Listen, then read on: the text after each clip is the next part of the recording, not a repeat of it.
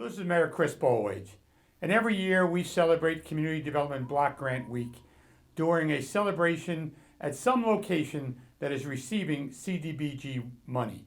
This year, we are doing it virtually, and it marks the 47th anniversary of Community Development Block Grant Program. In our city, the theme throughout the nation is working together for our community's better tomorrow. So we are proud here in the City of Elizabeth to participate in CDBG Week to raise awareness, increase accessibility of services, and celebrate the success of the program over the last 47 years.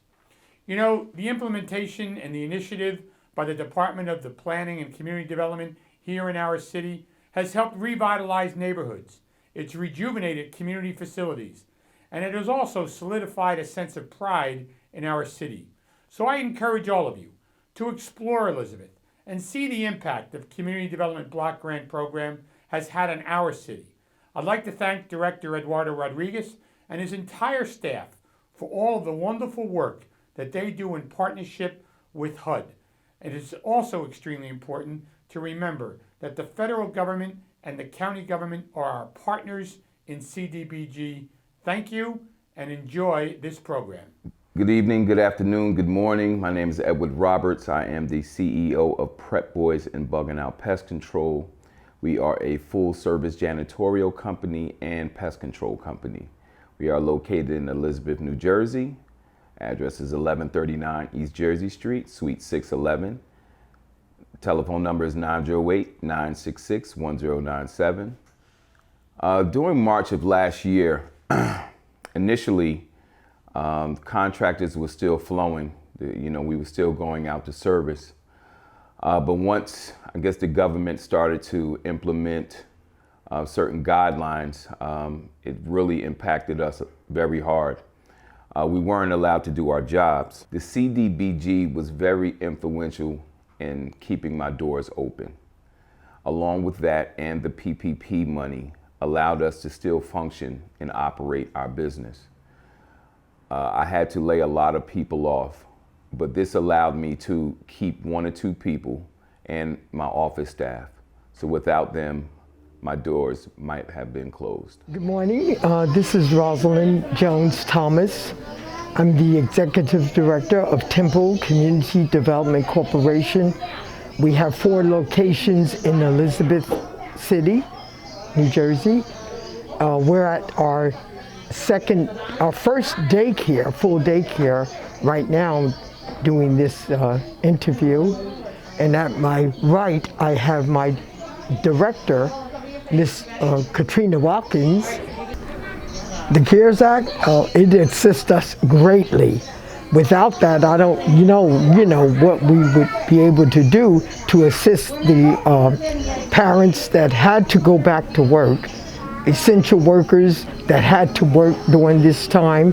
And Ms. Watkins, she can express some of the things that happened during this time, that this CARES Act definitely provided child care for these kids and children that had to come.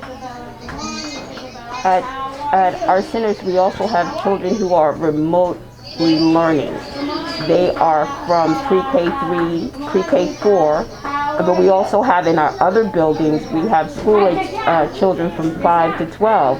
So we've needed additional support to assist these children who are studying through the Elizabeth Public Schools, basically from 8:20 to 12:39 every day. So in addition to the children that we would have as regular daycare enrollments, we also have our remote students, which has added a tax to the child care capacity because they have special needs to assist them with their schoolwork most mornings. The pandemic has also stopped our parents from being able to stay with us in the building. Normally they meet us at the door and we receive the children. Before COVID-19, our parents came in daily. They took the jackets off of their children and interfaced more with the staff. Right now, it's every interaction with our parents is at our front door. My name is Kingsley Finch. I'm a father of 3. And I feel like the Elizabeth Coalition is a second family. Helping me with my rent, definitely, and having a place for my kids to stay, and so we're not on the street, and like I said, definitely having a roof over our head for the time being, and trying to see the future. Hi, good morning. My name is Mary McTeague, and I'm the Vice President for Patient Care Services and the Chief Nursing Officer at Trinitas Regional Medical Center in Elizabeth, New Jersey. A telemetry monitoring system is a remote monitoring system wherein there are leads that are placed on the individual's body, and they are hooked to what we call a telemetry pack that's about this size. The telemetry pack sends information to a central system where we can monitor the patient's heart rate and look for any type of arrhythmias that the patient may be having. During the pandemic, the oxygen saturation rate for many of our patients could be monitored remotely and on a continuous basis, but also what happened was that we were doing that intermittently because of lack of equipment, because of the great numbers of patients that we were seeing during the pandemic. So the opportunity for this funding helped us to be able to upgrade our telemetry monitoring system to add what's known as a respiratory module to the current Philips system. The respiratory module helps to continuously monitor the respiratory rate and oxygen saturation of any patient who is on telemetry monitoring. So thereby greatly increasing the number of patients, both in our emergency department, as well as in our telemetry unit and medical surgical units, to be able to monitor those patients on a continuous basis. Pulse oximetry was a way for us to know whether or not patients were getting adequate oxygenation or adequate amounts of oxygen to flow through their blood. And this was especially important for COVID positive patients. So of our 2,500 confirmed patients and about 2,500 other patients who ended up not being COVID positive, but who were highly suspicious for having COVID, are the types of patients who will benefit from this added module to our telemetry system. So we certainly appreciate what the CDBG CARES Act funding has been able to do for us.